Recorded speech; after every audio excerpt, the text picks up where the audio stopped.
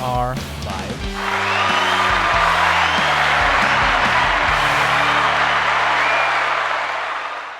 What is going on, everybody? My name is Adam, and you are hopefully watching or listening to the Our Real Addiction podcast. Special episode for you here today, dropping on Friday. If you haven't already, before we talked about today's episode, go check out Wednesday episode, which is a spoiler review of the Napoleon film with my coworker Joseph. He hopped on to talk about the Napoleon bioflick, our biopic, directed by Ridley Scott, and we kind of discussed how we were kind of feeling. We were kind of teeter-tottering whether we liked this film or not. So go check that out. Check out all our, check out our reviews and all of our past episodes as well. Look forward to an episode of Movie News Monday this upcoming Monday. Also, too, check out all the past episodes of Movie News Monday, as well as TV Inquiry, as TV Inquiry will be coming back very, very soon as we await Miguel's return. But without further ado, today we're going to be talking about Godzilla -1.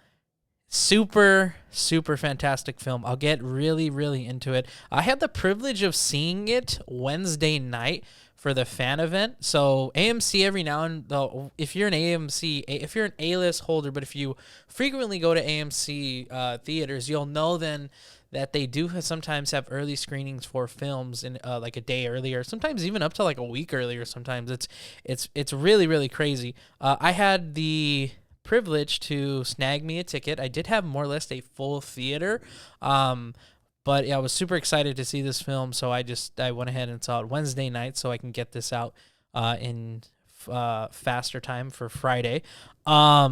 But yeah, also too, they gave us this awesome IMAX poster, so I had the privilege to see it in IMAX.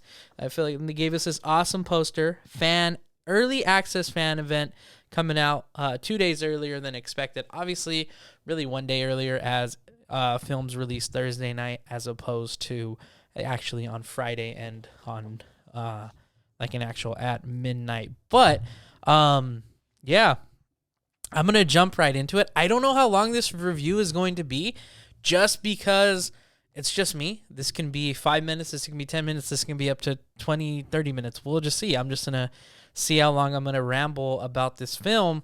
But overall, I'm just going to jump right into it. Really, initial thoughts, this was a badass film. Like, plain and simple, Godzilla -1 was fun. It was fantastic. It was badass. It was refreshing. Do not get me wrong. I love the MonsterVerse, but this felt more of like a true to the Godzilla lore and true to the Godzilla storyline, that it just felt more like Godzilla. Like I felt like I was watching the Godzilla from the 90s. At least I think those were 90s films. The earlier films where it was a man in the actual Godzilla suit. I felt like I was watching one of those films. So it was really, in a sense, it was nostalgic, but it was also super action packed with a fantastic story. There were some scenes that with the CGI and the visual effects that were just very, very questionable. But I don't think it took away from the film. I'll get a little bit into the more like actual spoiler when we get into the spoiler territory of this talk. But I think like it was just like just super fantastic. And I'm just so amazed with how good the cast were together. There were some acting sequences where I was not too thrilled. It was kind of just plain and simple, but like when you have the budget of this film, it's not the biggest of budgets compared to like other major Hollywood films. Like, I understand, like, you get what you pay for. Not what you get what you pay for, but you're only working with so much. I don't think it really took away from the effectiveness of the film, but yeah, just to, again, like, I think it was a refreshing film. Like, it was a refreshing take on Godzilla, and I love the MonsterVerse. Like, I am really enjoying Legacy of Monsters, and I'm sure once we get Miguel back, back into back on the podcast, we're going to be talking about it just because we've both been really enjoying Legacy of Monsters and how awesome it's kind of been. And I'm sure we'll get talking about it just because it's super good. I don't really want to focus too much on Legacy of Monsters just because we're here to talk about Godzilla -1 and the fantasticness and the just amazement of how great this film is. But to kind of just segue into things, overall, like I said, fantastic film overall. I'm really happy with the director Takashaki Yamazaki. If I am butchering that, I do apologize.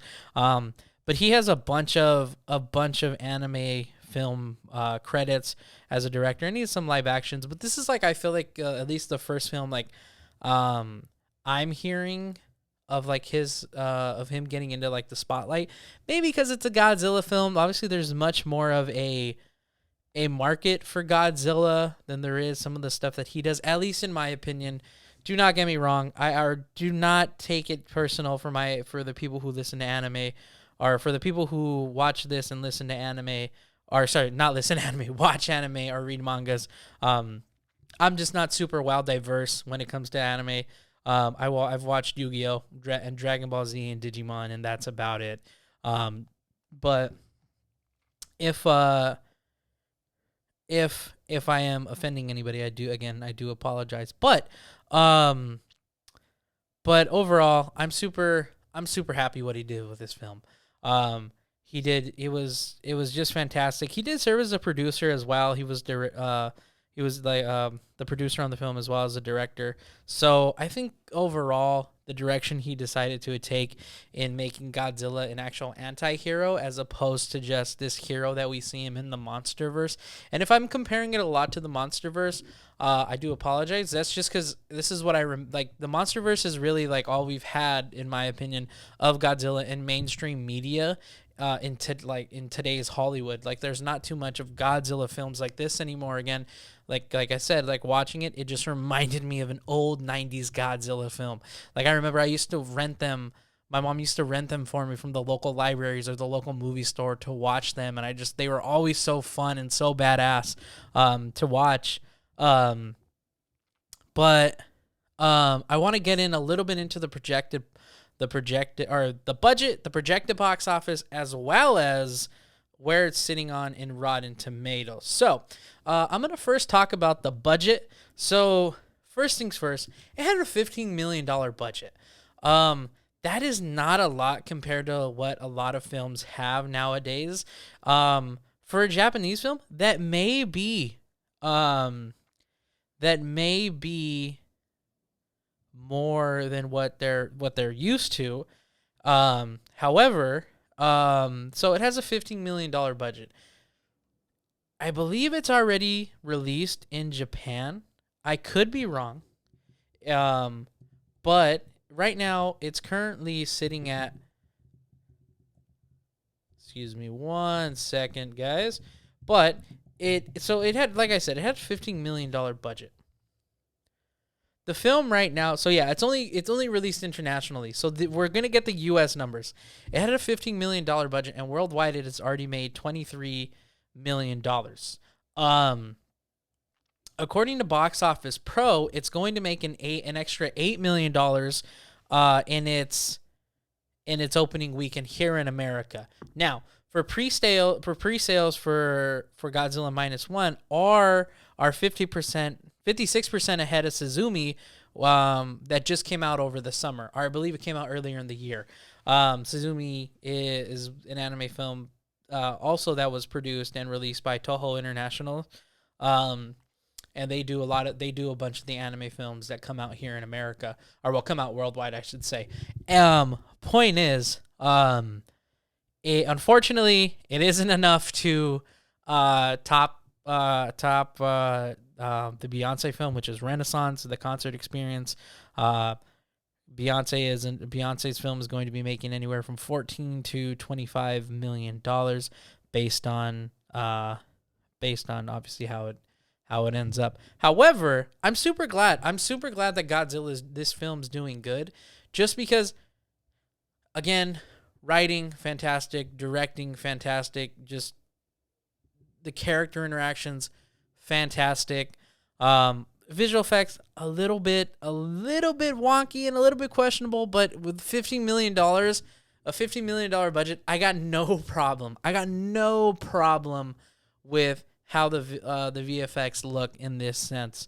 But yeah, so worldwide, it's already made $23 million as opposed to its 15. Sequel territory if they really want to. If they really want to make a sequel to it, they probably will. I'm going to be honest, I don't believe this is a sequel to Shin Godzilla, the one that came out just a couple of years ago. I'll admit I did miss that one. But I don't but yeah, I never got the chance to see that one. So I don't know if it is in fact the sequel. So that came out in 2016. That one made $78 million. 76 of that was international, and just 1 million was domestic.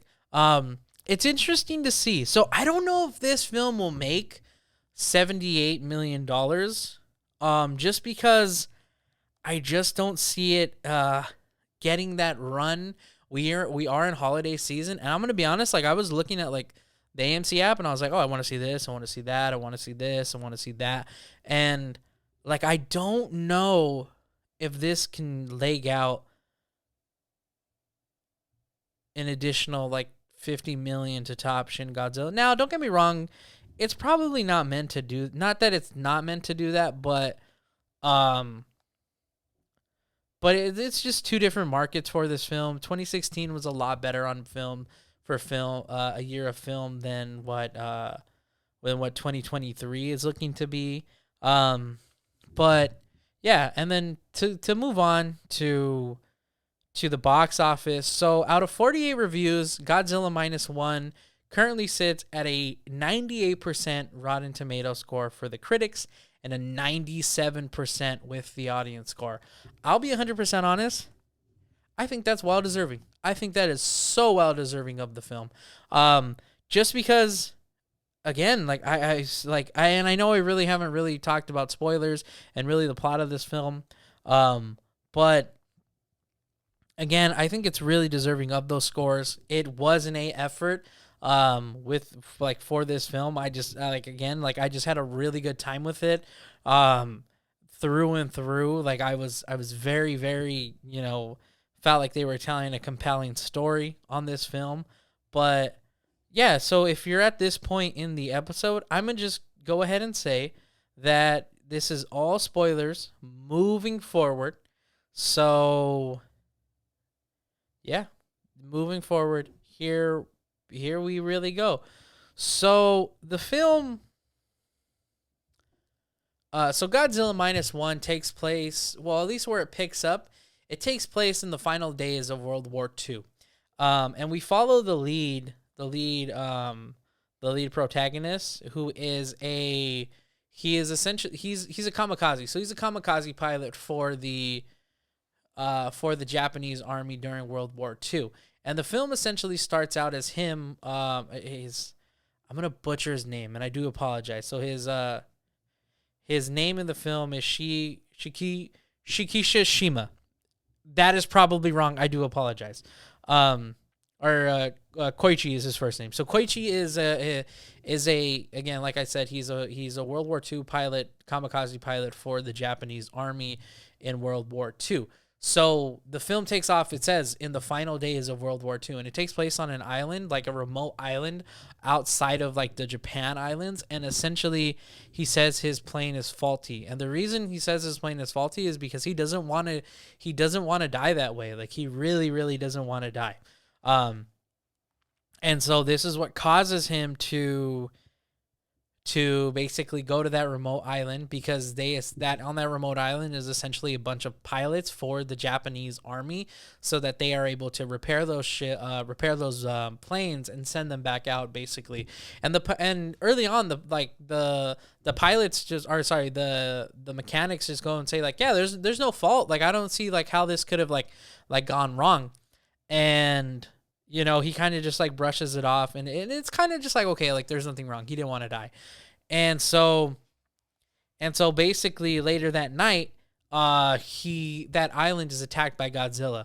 And Godzilla is a baby at this point. Like Godzilla is very, very small. Um and there's just a quick explanation on how like they know it's Godzilla. One of the mechanics says like, oh yeah, the islanders on the one of the islanders on or the local villagers on this island say, oh, it's Godzilla, that he comes at night and he brings deep sea fish from the ocean. And so Godzilla essentially attacks them and kills all these mechanics except for basically the captain mechanic and Koichi.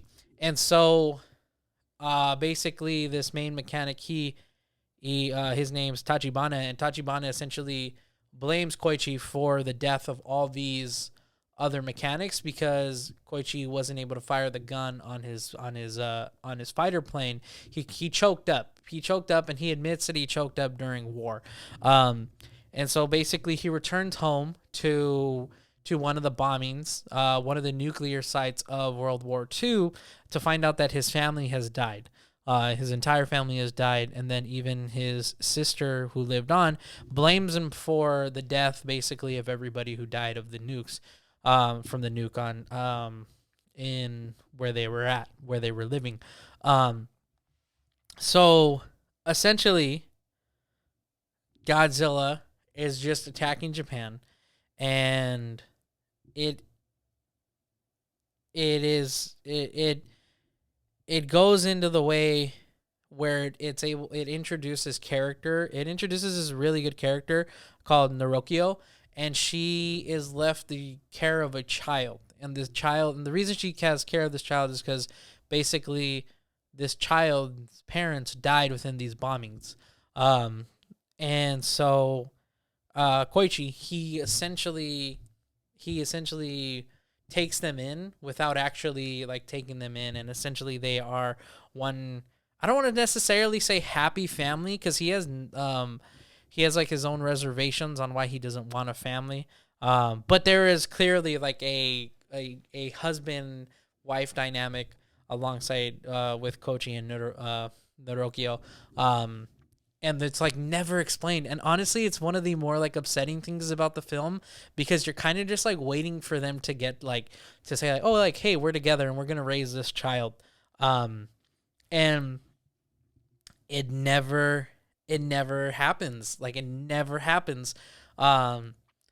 And it's just so frustrating because all throughout the film you're just like kind of waiting, like, please, like, come on, like, just admit you guys are like a couple, but not really. Because at this point, I think like at the time of Godzilla coming to attack Japan, the city of which they live in, it's like been a couple years at least.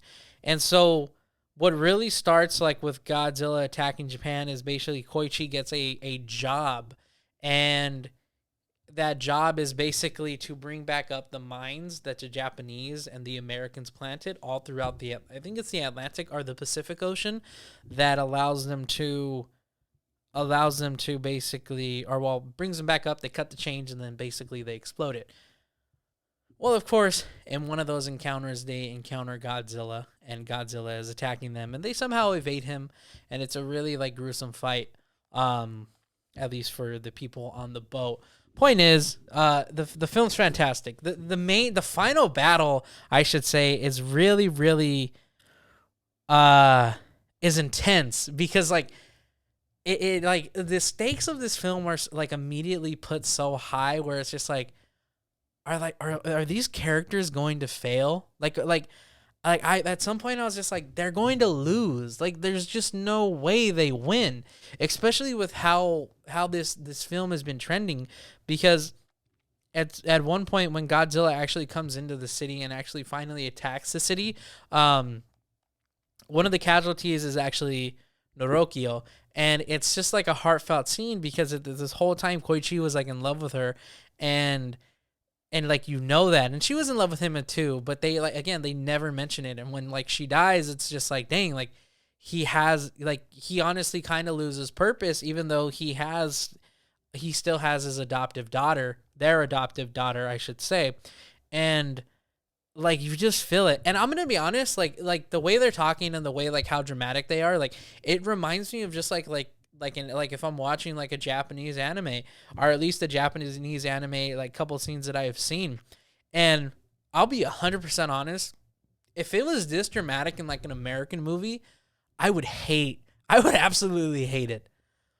I don't know why watching it, I was like, oh man, like this is getting me the way they're acting, even though it was like over the top. Like I like me personally was like, dang, like this is really, really like moving. Like I'm engulfed in this. I am so invested into this emotionally and obviously physically, and like just watching this film. And it's just like, and I really, really enjoyed how like dramatic that it was, but it felt dramatic because of like the stakes of everything.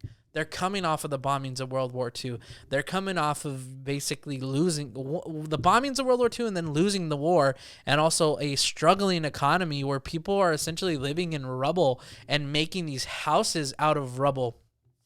And you see that. And honestly, like I feel like and me personally, like watching this film, I think it's a very good depiction on what is life like post World War II. Despite Godzilla, obviously we know Godzilla wasn't actually in the end of World War II. I mean, who knows? He could actually be out there. We may never know. But I like it. It was, in my opinion, like it just it set up post World War II so perfectly. We saw struggling people struggling for jobs. Like one of these scenes in the film is just like, Norokyo asks Koichi, she's just like, well, were you able to find work? And he's like, yeah, kind of, one day. And then the next day he gets the government job where he's blowing up the landmines last minute. And so essentially Godzilla attacks and Norokyo is a casualty. And obviously, not obviously, but the town kind of comes together. The town of Tokyo comes together, or the city of Tokyo comes together, and like, hey, like, we need to fight Godzilla. Like, we need to fight him. And so Dr. Noda, who's been a character prominent throughout the film, he essentially has this plan to kill Godzilla by changing the pressure of him, like changing the pressure on him immediately. So essentially there's this plan with two decommissioned Japanese warboats, and essentially they're going to tie a knot around him in a circle, and they're going to deflate him.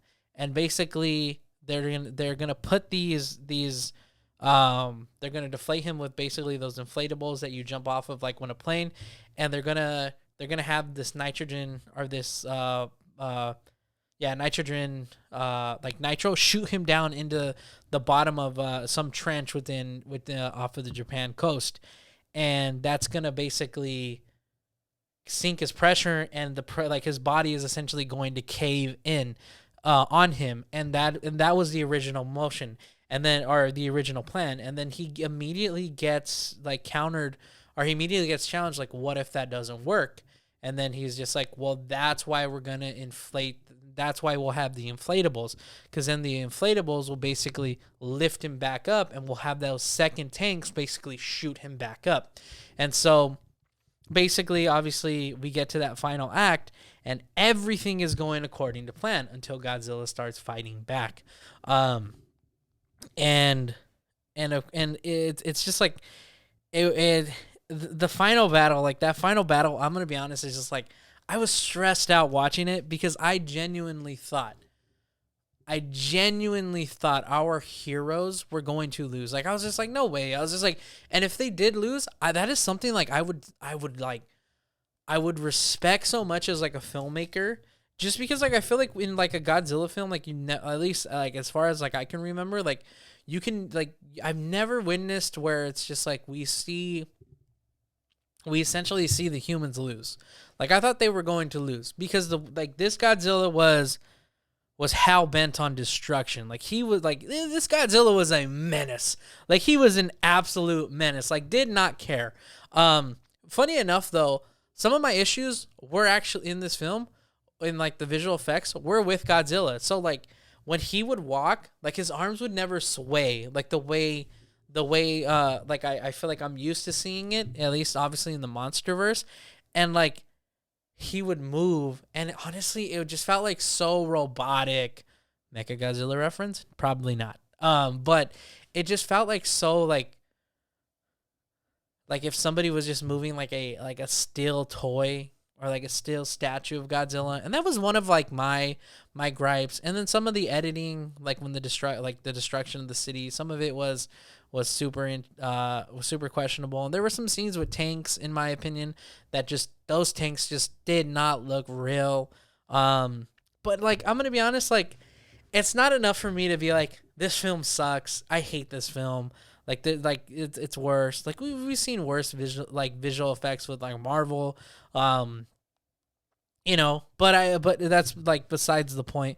Overall, I'm gonna be honest. I really enjoyed this film, and if you're a Godzilla fan, I would. This film is worth checking out because, like, in all honesty, like, especially with like the Godzilla news we're getting for like mainstream Hollywood, I feel like this is just gonna get kind of lost in the sauce, just because we have been getting posters for Godzilla and Kong: The New Empire, and we're getting a new trailer very very soon, and then obviously Monarch Legacy of Monsters is out right now, and I just feel like this film isn't gonna get kind of the recognition that it does deserve, just because it's a fantastic film. Like again, like I enjoyed it. I want to see it again, to be honest. Like I really do. And it's just like, and I really enjoyed like the Godzilla roars, just because like they caught me off guard a couple times, and they were loud too. And I was in an IMAX showing, and they were loud. And I feel like IMAX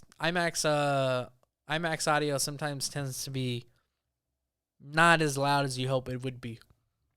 But overall, guys, I would suggest checking it out because it's a fantastic film. It's action packed. It's a well destruction film. Like what Godzilla destroys, without a question, is like, I don't want to say it's not like unreasonable, but like it makes sense. It's a fantastic monster kaiju film. Like I would just check it out. It's Godzilla. What more do you want? He's destroying cities. He's shooting his nuclear blast. Oh my gosh. Oh, his atomic breath. There you go. I was gonna say, I apologize if you don't know, but his atomic breath. He's shooting his atomic breath, and the way he does it, the way they have him charge up in that way, like it looks super cool. It honestly, like, this film made me even just more excited for the future of Godzilla in mainstream media, and even like more films like this. But I think that's gonna do it for this episode. As always, I'm Adam. Sick Harvest Magnet, everybody.